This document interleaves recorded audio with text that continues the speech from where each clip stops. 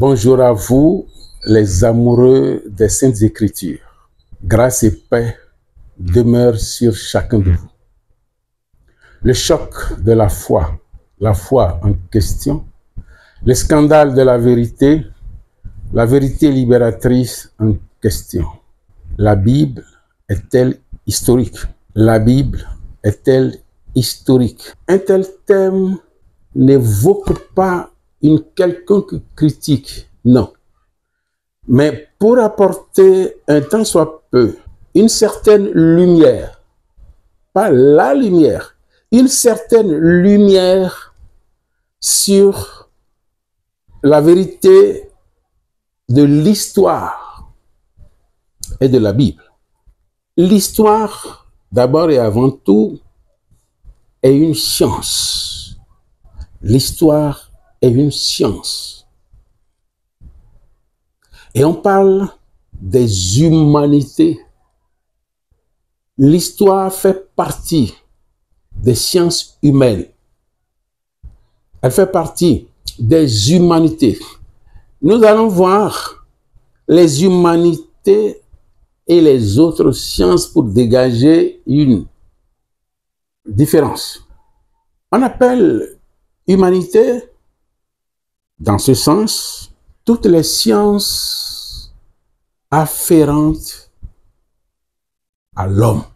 Toutes les sciences qui ont directement rapport à l'homme, comme l'histoire, comme la psychologie,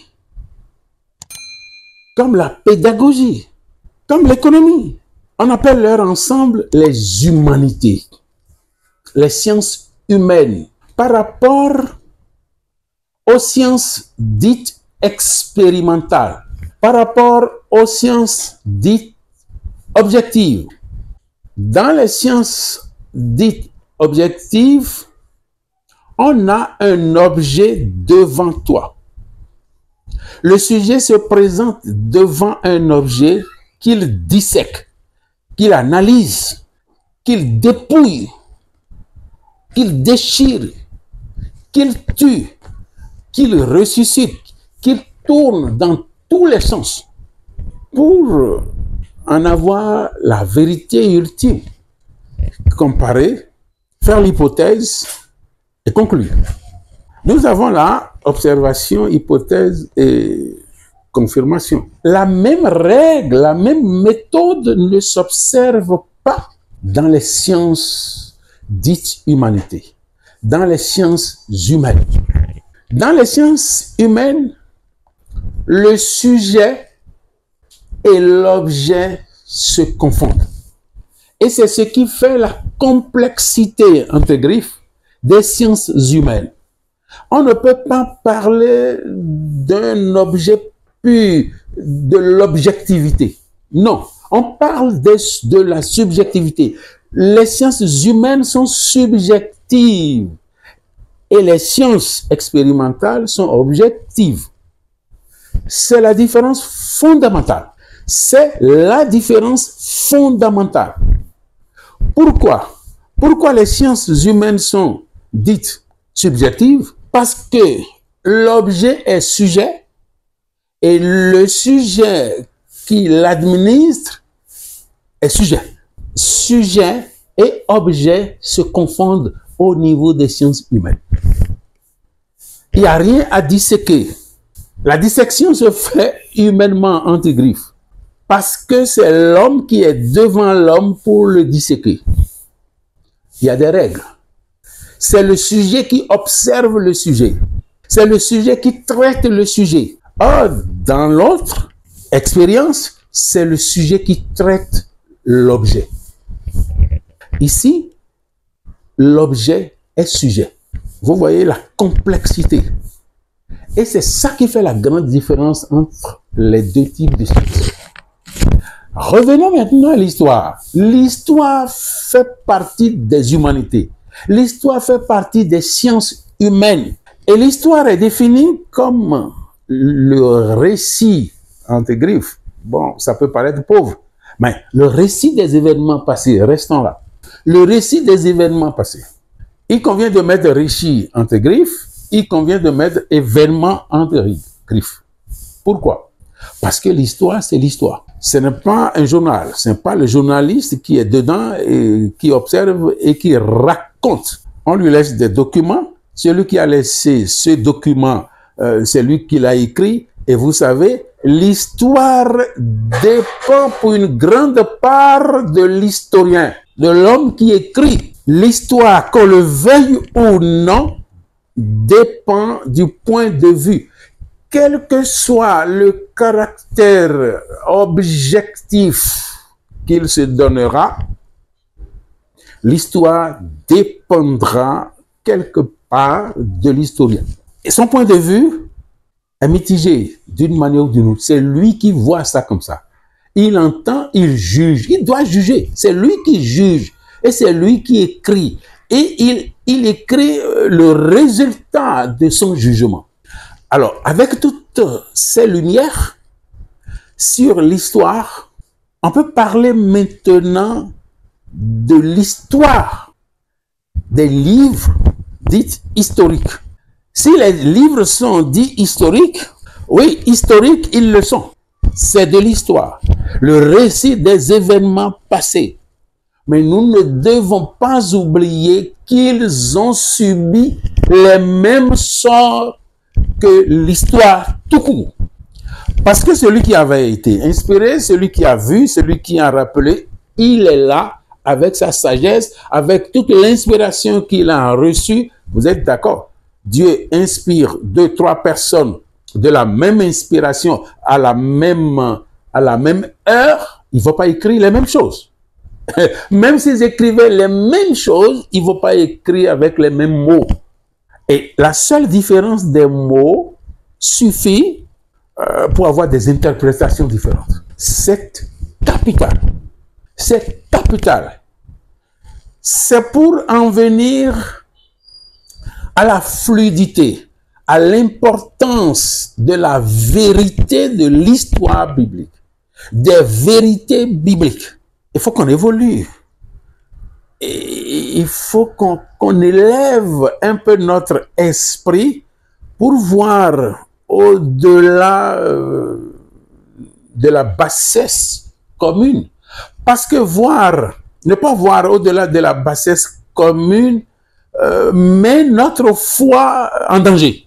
Met notre foi en danger. Oui, met notre foi en danger. C'est surtout ça.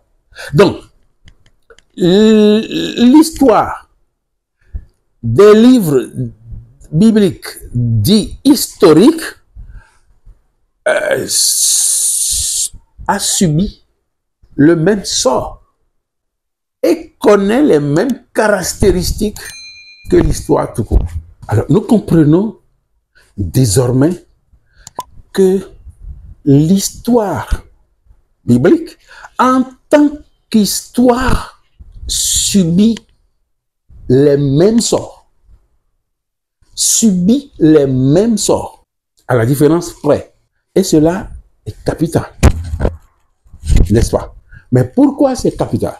C'est capital parce que de ce que nous disons sort l'importance du poids des vérités bibliques.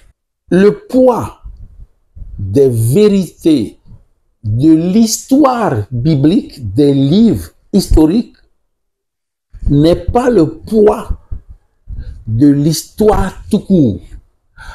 Parce que les vérités de l'histoire biblique ont une portée presque inaccessible, hautement métaphysique, directement spirituelle, correctement surnaturelle.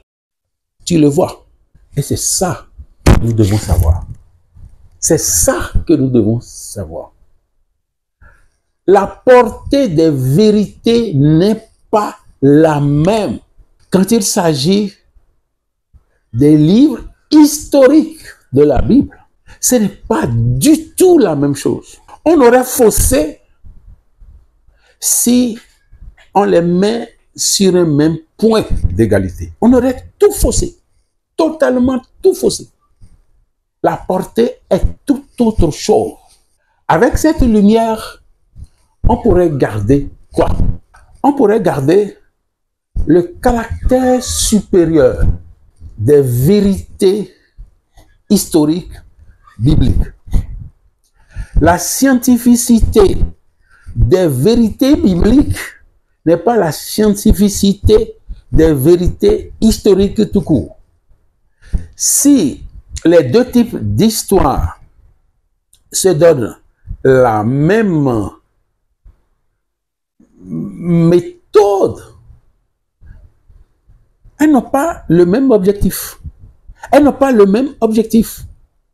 L'autre objectif est naturel, mais ici, c'est surnaturel. De l'autre côté, c'est visible, l'autre, c'est invisible. L'autre est physique, l'autre est métaphysique. L'autre est matériel, permettez-le-moi, l'autre est spirituel.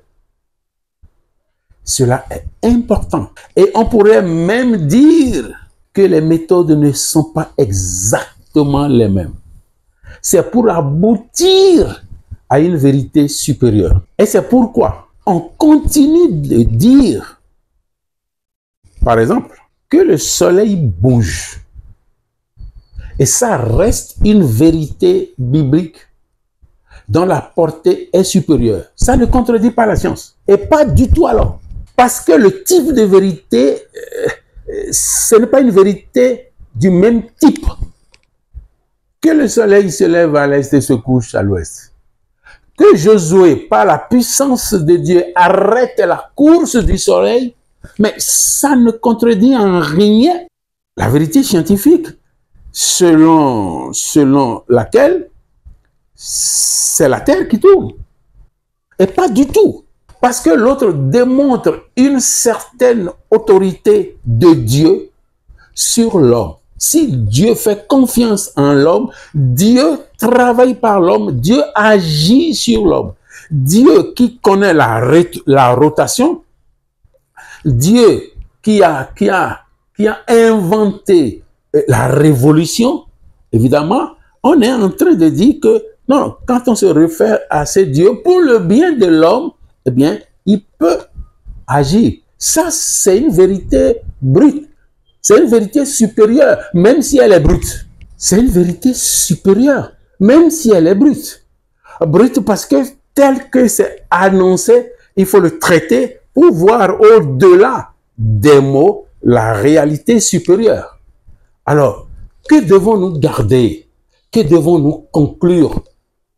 Mes chers amis, nous aurions tout faussé de la vérité biblique si nous prenons l'histoire, les livres historiques de la Bible comme une vérité terre à terre. Nous fausserions toute la vérité si nous considérons les livres bibliques comme une histoire ordinaire. Nous fausserions tout de la Bible si nous considérons cette vérité comme toute faite. Non, elles sont des vérités supérieures qui nous invitent à une caractéristique supérieure.